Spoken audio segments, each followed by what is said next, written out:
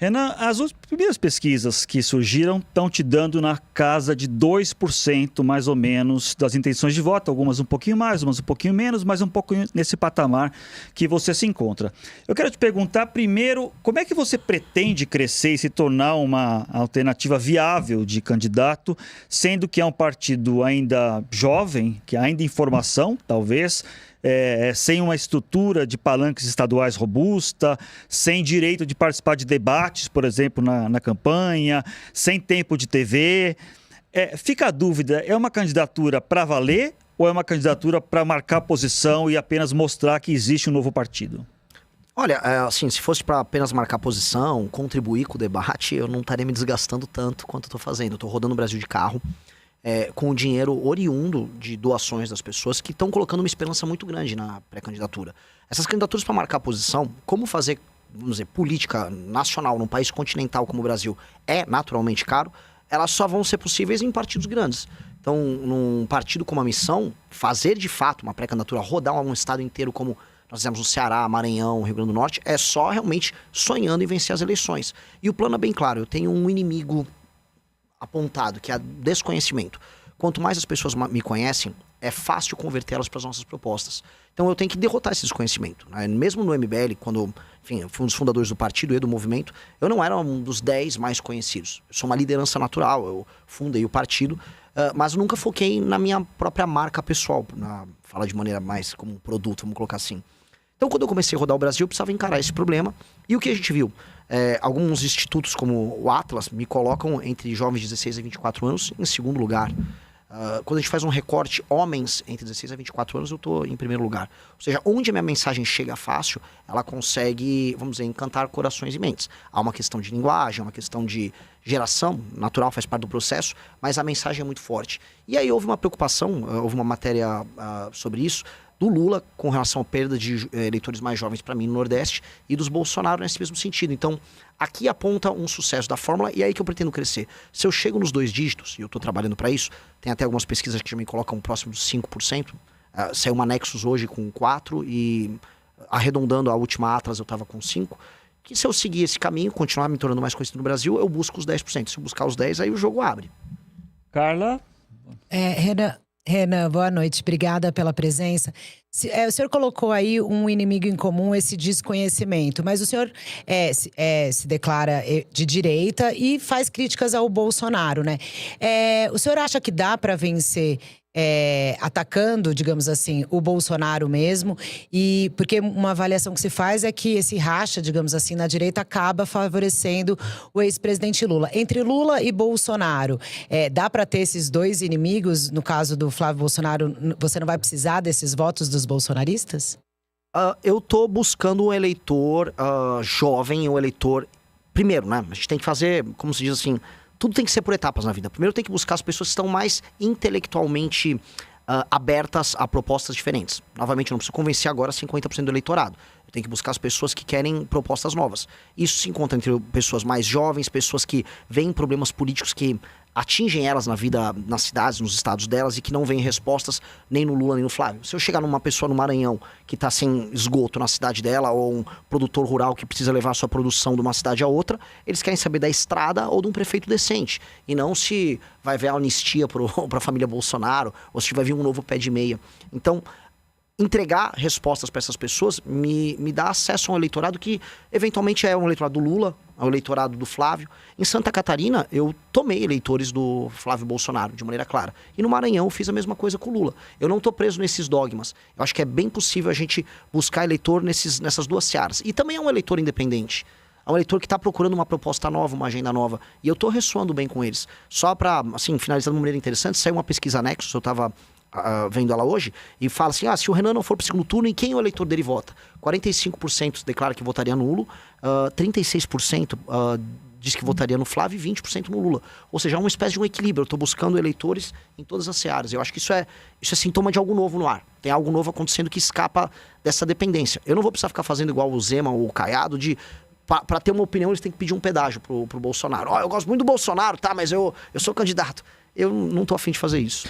O senhor tem, a gente percebe, uma estratégia digital muito ativa, né? Isso já vem, é um legado do próprio MBL, que sempre foi muito ativo em redes sociais, junto ao público jovem, e a gente percebe um esforço, como o senhor está falando, de se tornar conhecido, de se colocar como candidato do grande público. E aí há uma estratégia de dar muitas declarações de impacto, fazer barulho, gravar vídeos que dão repercussão. Eu vou citar alguns exemplos aqui que eu colhi nas suas redes sociais de declarações muito polêmicas que o senhor deu, e algumas até que levantam até questionamentos. Por exemplo, o senhor gravou um vídeo em Mossoró, no Rio Grande do Norte, em que o senhor fala que vagabundo se trata na bala, se mata, se elimina. Aí depois o senhor também deu uma declaração quando o senhor fala do Flávio Bolsonaro, que tem que acabar com a raça do Flávio Bolsonaro. Depois o senhor falou que era uma coisa mais assim, metafórica, mas enfim, está lá a declaração. Uma declaração famosa também é quando o senhor esteve no Maranhão dizendo que os maranhenses votam mal, por isso tinha que ter um interventor no Maranhão. Esse tipo de estratégia, né, de tentar chocar talvez a população, isso não pode se voltar contra o senhor lá na frente quando se for analisar se é um candidato sério, para valer, de credibilidade? Na verdade, e que não busca só lacrar, desculpa. Mas não é nenhuma lacrada, eu realmente acredito nisso. E não foi muito como estratégia. Se eu for olhar a estratégia clássica que os marqueteiros recomendam, eu deveria ir em Mossoró ficar falando, ô, povo bom, eu vou cuidar de vocês, que é a estratégia de 99% dos políticos, inclusive os da direita. Quando eu fiz esse vídeo em Mossoró, eu estava falando sobre a história que a população de Maranhão de Mossoró teve, no enfrentamento ao banditismo local, às gangues, inclusive no período do Lampião. E puxar esse orgulho próprio, porque a população local hoje se vê vítima do crime organizado. Então a gente tem que puxar, inclusive, um orgulho histórico deles, e eu quero reviver isso neles. Quando eu falei do Flávio Bolsonaro, se eu falar em termos literais, seria o que acabar com a família Bolsonaro do norte da Itália, a etnia deles? Não é. Eu estou falando, novamente, de uma superação política de uma família que faz muito mal à direita brasileira. O terceiro ponto é o maranhense votar mal. Isso, e daí? E uma intervenção, um interventor, quer dizer, você acabar com a eleição direta para governador. Em última instância, a gente está trazendo essas discussões, sim. Qual foi o aspecto positivo das classes políticas do Maranhão para o Maranhão? Da sequência Sarney e Dino, as duas grandes, vamos dizer, os dois grandes exemplos de modelos políticos oligárquicos locais. Eu vi todos os municípios que eu pude visitar no Maranhão. A classe política do Maranhão ela é parasitária. E eu estou propondo uma reforma que eu estou chamando de lei de responsabilidade gerencial, que endereça essa questão nos municípios e nos estados. E a última punição é a ideia de colocar um interventor no município, não punição para a classe política, porque a população seria uma libertação. Mas todas as ferramentas que a gente faz são ferramentas para melhorar o regime democrático, porque a democracia não existe no Maranhão. Falar que a gente tem um regime democrático no Maranhão é acreditar assim, contra a carochinha. Boa parte das pessoas votam porque vendem o voto ou estão sendo cooptados durante o período eleitoral. Elas trabalham com sistemas de incentivo durante o período eleitoral de, basicamente, tem um emprego na prefeitura, fazem contratações às vésperas das eleições, essa é a nova moda. Shows dos mais estúpidos, dos mais inúteis. A gente está falando de mais de 5 bilhões de reais gastos em shows e festas locais. Mas acabar com a democracia é uma maneira de resolver a democracia? Não é acabar com a democracia. Se você não tem um governador eleito? Não estou falando isso. Estou falando, eventualmente, se você não consegue cumprir indicadores básicos no município... Vamos dar um exemplo. Eu visitei Marajá do Sena. Os índices de desenvolvimento humano são baixíssimos em Marajá do Sena. Não há atividade econômica concreta em Marajá do Sena. Primeiro, então, entra um prefeito Marajá do Sena, eleito, bem constituído, e esse prefeito tenta entregar esses indicadores, que é o que a gente quer estabelecer na nossa lei de responsabilidade gerencial. Se esse prefeito consegue entregar os indicadores, muito bom. Agora, o que ele não vai poder fazer, é o que eles fazem hoje, ele pega uma prefeitura com 10% de saneamento e entrega com 9% de saneamento.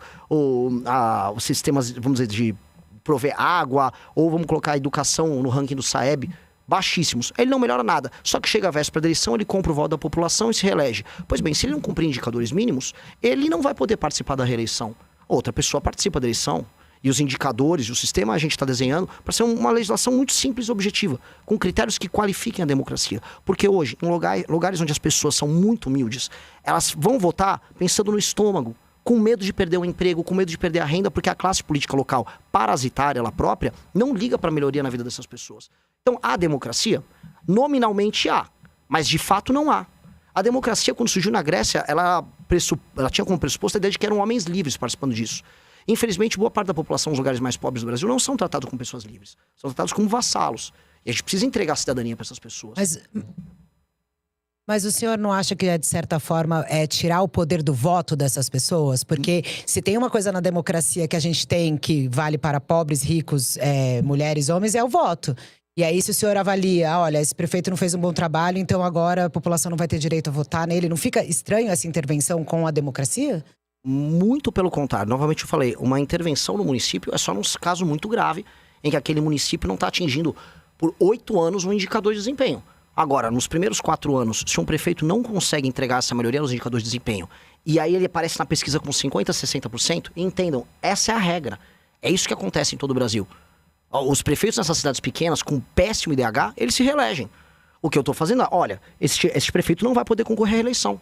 Não melhorou um indicador, vive de repasses federais e não consegue melhorar a vida das pessoas. Aí as pessoas votam por quê? A gente sabe que a regra nesses lugares é a compra de voto. Então não há democracia ali. Quando a gente fala, mas essa pessoa está perdendo voto, primeiro, isso seria uma atitude extrema no final da ponta, se aquela cidade não consegue melhorar um indicador. E por um pequeno período de tempo até a gente conseguir recompor esses indicadores. Se isso, antes disso não for feito, a gente vai continuar vivendo a ilusão, que é uma ilusão que a gente acredita desde 88, que existe democracia em Marajá do Sena. Não existe democracia em Marajá do Sena. Gente, agora, não existe democracia em maior parte das cidades pequenas do Brasil. Candidato, outra pré-candidato. Pré-candidato, TSE não fui eu. Sou eu que estou falando. Pré-candidato, quando... outro tema importante na sua pré-campanha é a segurança pública, um tema que o senhor coloca com muita ênfase. Quando o senhor fala que vagabundo se trata na bala, se mata, se elimina, isso não é uma atualização do velho ditado de que bandido bom é bandido morto? E eu pergunto, bandido bom é bandido morto? Bandido bom que se entrega, ele vai pra cadeia e fica bastante tempo cumprindo pena. Bandido que não resolve se entregar e tá segurando um fuzil e tá ocupando territorialmente uma área do Brasil de maneira ilegítima, ele basicamente vai morrer. Acho que não há muito escolha, eu acho que isso é meio consensual. Assim, pense uma nação, pense se os Estados... Só um ponto. Se os Estados Unidos permitiriam que um bairro, que o Queens, fosse tomado por uma facção e a facção fizesse, vamos dizer, a segurança no Queens. Isso é inimaginável numa nação séria. Se a China permitiria que um bairro em Xangai tivesse isso. A gente não pode permitir isso no Brasil. E aí uma pessoa que está fazendo essa ocupação territorial, ou ela vai presa e se entrega. Se ela não quer se entregar, ela acaba morrendo. É o básico.